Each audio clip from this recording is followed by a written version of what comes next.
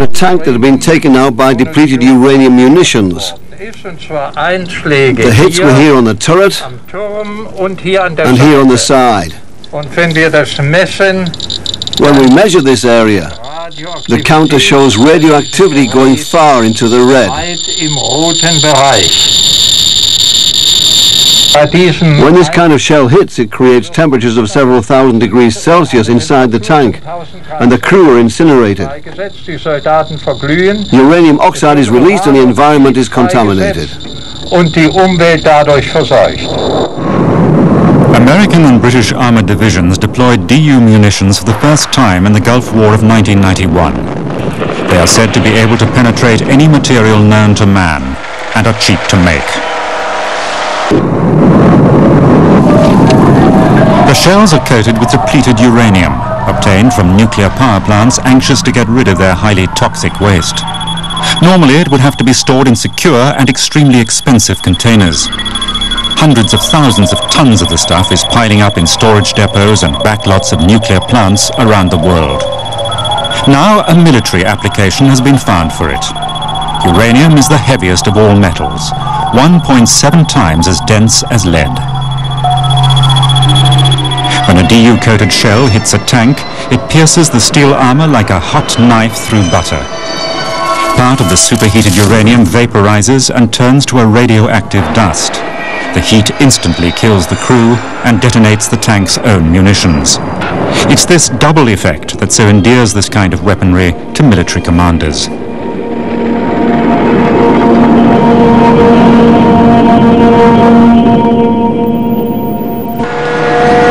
When the 1991 Gulf War ended, the hazards of DU munitions were not yet known to the public in either Iraq or America. According to the US government, Allied forces shot about 300 tons of DU munitions in the battlefields south of Basra, most of it to destroy Iraqi tanks. Unofficial sources put the figure closer to 800 tons. Professor Günther was also totally unfamiliar with the munitions when he was first brought to Basra after the 1991 Gulf War. In October 1991, I was invited to have a look at the state of the healthcare system in the wake of UN sanctions. It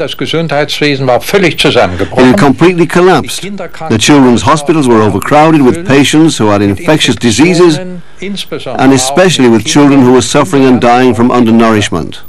In late 1991, and then in 1992 and 93, I observed symptoms that I hadn't ever seen in my 40 years in Iraq.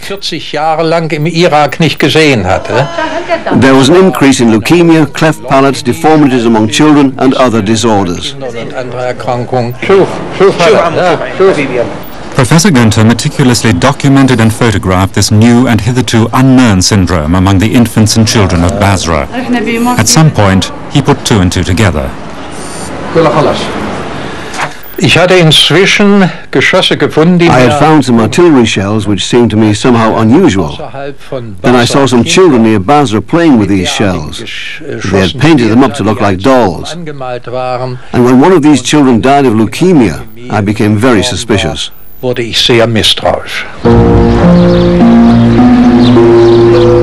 Professor Günther began asking children in Basra about what they played with and where. He wanted to find out whether the children he had examined and diagnosed with leukemia had played with these artillery shells or inside the bombed-out tanks. Almost all the fathers of the children born with deformities had taken part in the tank battles south of Basra. The deformities closely resembled those of children born in the Chernobyl area following the nuclear disaster there. Professor Günther compiled and published the initial findings of his investigations in 1991. He pointed to the DU munitions used by coalition troops as the cause, and conjectured that they were radioactive. Soon after, reports began appearing in German newspapers.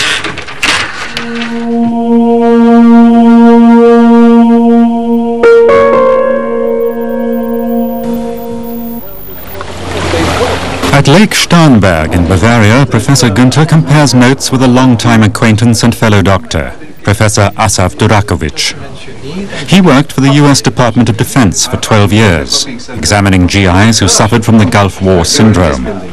Then he stated his opinion in public that DU munitions were to blame, and was promptly fired by the Pentagon. The reason for my whistleblower experience was that I simply did not agree with the government of the United States of America that the Gulf War veterans from the first Persian Gulf War should be left to die in obscurity, building destroying weapons that have... After the Gulf War in 1991, 30 soldiers were entrusted to his care. They were suffering from a hitherto unknown syndrome, as were many children and adults in Iraq. Last slide.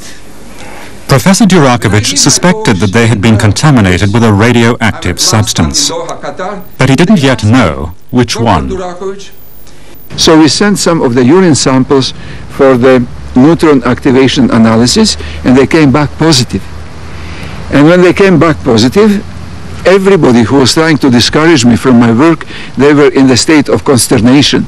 They didn't know how to deal with it, because now I had positive results and government did not admit of any use of depleted uranium. In 1995, Professor Durakovic founded the Independent Uranium Medical Research Center in Canada. About 30 patients, we found that about 67% of them had high concentrations of depleted uranium in their bodies. And there was no discussion about it, because if something is positive on mass spectrometry, it is quantized, and there is the end of the story. But American and British authorities still deny any connection with DU munitions. They say there's no definite proof they caused the Gulf War syndrome, which has so far been diagnosed in over 150,000 veterans of the First Gulf War. But Professor Günther is convinced there is, and he's begun campaigning for a ban on DU weapons. At conferences like this one in Hamburg, he communicates his findings to other scientists. It has been established, for example, that the children of Gulf War veterans have 3 times as many congenital defects as other children. 9-year-old Kenneth Duncan is the son of a British Gulf War veteran. At first glance, he appears to be a normal, healthy boy. But a closer examination reveals that his toes are fused together and his ears are cleft. And his immune system is seriously impaired. He tires easily and has to stop to rest frequently. He often suffers from severe headaches. In the 1991 Gulf War, his father, Kenny